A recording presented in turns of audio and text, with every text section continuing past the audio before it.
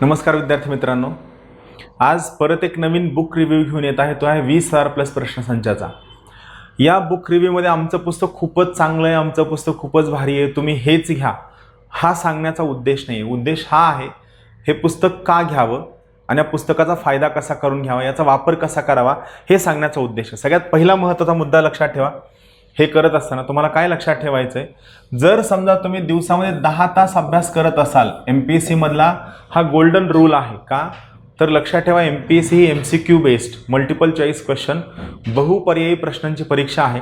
त्यामुळे हा नियम परमनंटली लक्षात ठेवा.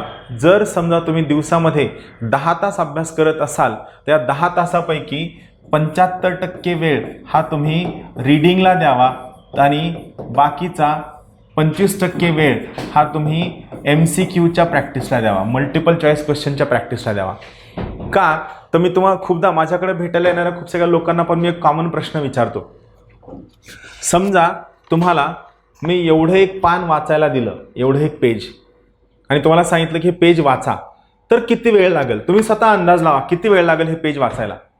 तर मला पर्सनली वाटतं की A4 साईजचं तेवढं मोठं पेज नॉर्मली वाचायला 7 ते 8 मिनिट लागतील. बरोबर आहे, 7 ते 8 मिनिट लागतील. म्हणजे काय होईल, इथं लक्षात घ्या, 7 ते 8 मिनिट्समध्ये काय होणार आहे, तुमच्याकडनं ते पेज फक्त एकदा वाचून होणार आहे. आता A4 साईजच्या त्या पेजवर जर समजा मी MCQचे प्रश्न काढायला बसलो, तर एका पेजमध्ये जेवढा कंटेंट आहे, या कंटेंटवर किती प्रश्न निघू शकतात?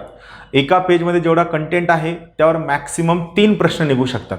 त्याच्यावर प्रश्न निघणं डिफिकल्ट आहे. हां, तुम्ही इरिलिव्हंट, इलॉजिकल, काहीही अर्थ नसणारे जर प्रश्न काढायला गेलात तर एका पानावर 100 प्रश्नही निघतील. पण जर लॉजिक असणारे, रिलिव्हन्स असणारे प्रश्न जर आपण त्यावर करायला गेलो तर मॅक्सिमम किती प्रश्न निघतील? 3 प्रश्न निघतील. या सोयीनं एक प्रश्न वाचण्यासाठी किती वेळ लागतो? एक प्रश्न वाचण्यासाठी तसं पाहायला गेलं तर वेळ लागतो अर्धा मिनिट.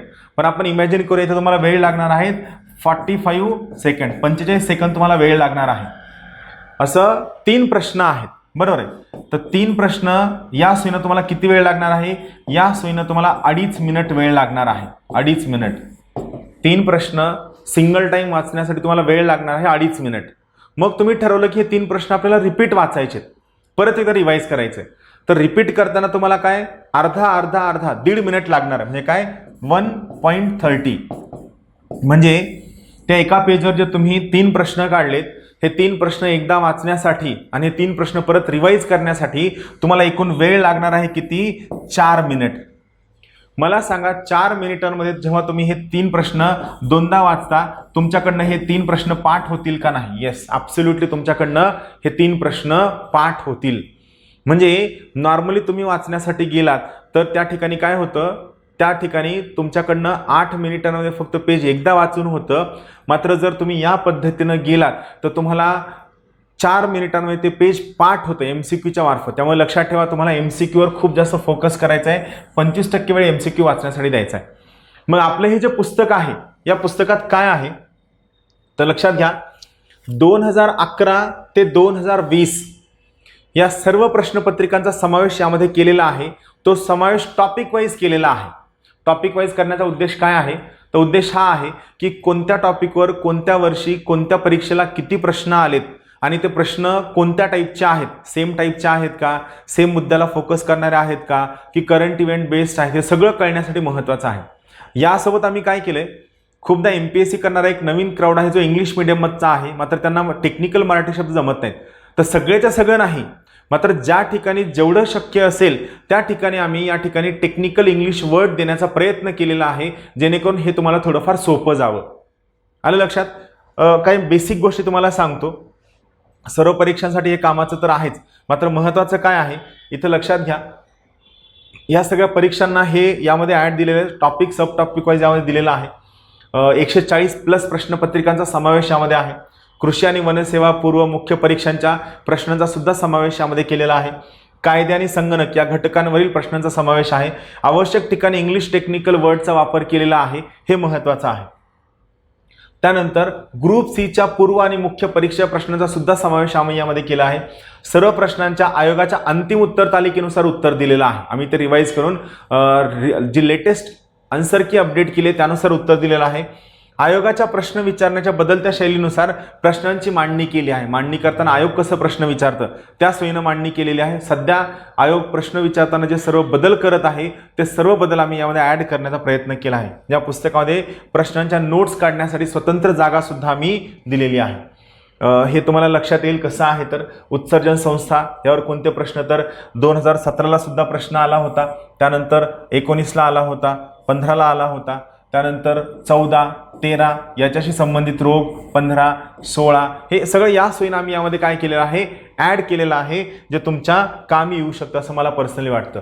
आणि या सोयीची नोट्स काढण्यासाठी जागासुद्धा आम्ही यामध्ये दिलेली आहे. आता पुढचा भाग ॲक्च्युली काय तो टेक्निकल पार्ट आहे, तो तुम्ही पुस्तक ओपन केलं की तुम्हाला कळेल.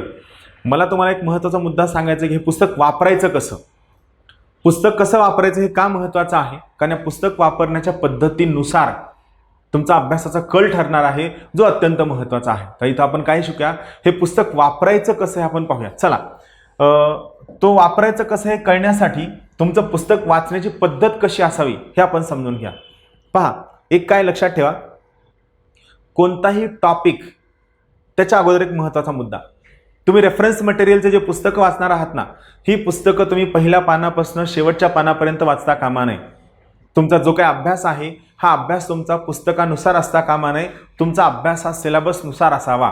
परत एकदा सांगतो, तुमचा जो अभ्यास आहे हा अभ्यास पुस्तकानुसार असता कामा नये, हा अभ्यास तुमचा सिलेबसनुसार असावा असं माझं प्रामाणिक मत आहे. समजा तुम्हाला एखादा टॉपिक वाचायचा, आपण इमॅजिन करूया, समजा तुम्हाला काय पंचायत राज तुम्ही वाचायला घेताय, पंचायत राज. समजा आता या पंचायत राज मधला एखादा मुद्दा आहे, लेट अस से बलवंतराय मेहता कमिटी, बलवंतराय मेहता समिती. तुम्हाला समजा हा टॉपिक लक्ष्मीकांत मधनं वाचायचा आहे, परत ज्ञानदीपच्या क्लास नोट्स मधनं वाचायचा आहे. मग काय करायचं, बलवंतराय मेहता समिती हा टॉपिक वाचायला घेण्याच्या अगोदर काय करायचं, या टॉपिकवर आयोगाने जे प्रश्न विचारलेत, आयोगाचे प्रश्न, ह्या आयोगाचे प्रश्न तुम्हाला कुठं मिळणार आहे, हे तुम्हाला ज्ञानदीपच्या 20,000 प्लस प्रश्नसंचमध्ये मिळणार आहे. आयोगाचे प्रश्न वाचायचे सर्वात अगोदर. हे आयोगाचे प्रश्न वाचून झाले की त्यानंतर त्या पुस्तकामधनं तो टॉपिक रीड करायचा. मग हा टॉपिक रीड झाला की ह्या आयोगाचे जे प्रश्न आहेत, हे आयोगाचे प्रश्न तुम्ही काय करायचे, परत रिवाईज करायचे. हे टॉप प्रश्न परत काय करायचे, रिवाईज करायचे. आणि हे प्रश्न रिवाईज झाले की त्यानंतर नवीन प्रश्न वाचण्यासाठी घ्यायचे. नवीन प्रश्न जे ज्ञानदीपच्या वेगवेगळ्या प्रश्नसंचांमध्ये नवीन प्रश्न वाचण्यासाठी घ्यायचे, ही सगळ्यात बेस्ट मेथड आहे. हे जे पुस्तक आहे हे पुस्तक घ्यायचं, याचे टॉपिक वाईज तुकडे करायचे, एक प्लास्टिकची फाईल कॅरी करायची आणि प्लास्टिकच्या फाईलमध्ये ते प्रश्न कंटिन्युअस कॅरी करायचे. म्हणजे तुम्हाला बोर झालं की एमसीक्यू वाचायचं, कंटाळा आला की एमसीक्यू वाचायचं. परत त्याचा पॅटर्न सांगतो, सर्वात अगोदर आयोगाचे प्रश्न वाचायचे, त्यानंतर तो टॉपिक वाचायचा, हा टॉपिक वाचून झाला की परत आयोगाचे प्रश्न रिवाईज करायचे आणि हे रिवाईज झाले की नवीन प्रश्न वाचायचे. ही अभ्यासाची सर्वात बेस्ट मेथड आहे. या पद्धतीने जर जाल तर तुम्हाला खूप सर्व कन्सेप्ट खूप जास्त स्पीडनं आणि लवकर क्लिअर होतील, हे माझं पर्सनल मत आहे आणि तुम्हाला फायदा होईल. या पुस्तकामध्ये आम्ही शक्यतोवर कमीत कमी चुका ठेवण्याचा प्रयत्न केलेला आहे. तरीही तुमच्या फीडबॅकसाठी आम्ही हमेशा ओपन आहोत. का, कारण फीडबॅकमधनं सुधारणा होत असते. तुम्हाला गोष्टी कमीत कमी किमतीत देण्याचा आमचा प्रयत्न असेल. तुमच्या लक्षात येईल की ज्ञानदीपच्या वरती आणखीन लिहिलेला आहे की हा भाग 1, आणि खूपदा विद्यार्थ्याला वाटतं सर एवढा मोठा जर भाग 1 असेल तर भाग 2 केव्हा येणार आहे. तर लक्षात घ्या, हे जे पुस्तक आहे हा भाग 1 आणि याच्याशी सोबत असणारा हा भाग 2 हे एकाच पुस्तकामध्ये तुम्हाला सोबत मिळणार आहे. एका सोबतच तुम्हाला हे मिळणार आहेत. का, तर हे सेम किमतीमध्ये तुम्हाला मिळणार आहेत. जर असं होत असेल की हा भाग एका किमतीला आणि हा भाग दुसऱ्या किमतीला, असं जर तुम्हाला कोणी विकत असेल तर तो फ्रॉड आहे. ही 2 पुस्तकं तुम्हाला त्या सेम किमतीमध्ये मिळणार आहेत ज्या किमतीत हे पुस्तक मिळणार आहे. ॲक्च्युली याची साईज खूप मोठी होते, त्यामुळे आम्ही काय केलं की 2 भाग एकत्र केलेले आहेत, सेपरेट केले, जेणेकरून तुम्हाला हे सोपं जाणार आहे. तर लक्षात ठेवा, ही 2 पुस्तकं तुम्ही घेऊ शकता. यामध्ये दोन्ही गोष्टी मांडलेल्या आहेत, हे महत्त्वाचं आहे. आणि सगळ्यात महत्त्वाची गोष्ट मी तुम्हाला सुरुवातीला सांगितलं त्या पद्धतीनं लक्षात घ्या. तुम्ही MCQ जेवढं जास्त सोडवाल तेवढं तुमच्या जास्त फायद्याचं असणार आहे. तर परत एक महत्त्वाचा मुद्दा क्लिअर करतो, भाग 1 आणि भाग 2 ही दोन्ही पुस्तकं सेपरेट विकत न घेता त्याच किमतीत तुम्हाला विकायला घेताल. जी ज्ञानदीपचे विद्यार्थी त्यांना ही पुस्तकं 50% डिस्काउंटनं ज्ञानदीपच्या बुक स्टोअरला मिळतात, तर इतर विद्यार्थ्यांना 40% डिस्काउंटनं मिळतात. पुस्तकाची किंमत 700 रुपये आहे. 40% या सोयीनं तुम्ही विचार करा की तुम्हाला 40% डिस्काउंट म्हणजे 7 चोक 28 280 रुपये तुमचे यामधनं कमी होतात, हे लक्षात घ्या. तर हे पुस्तक तुम्ही कुठेही विकत घेऊ शकता. सर्वांना खूप खूप शुभेच्छा. Thank you very much. Have a good day. Thank you.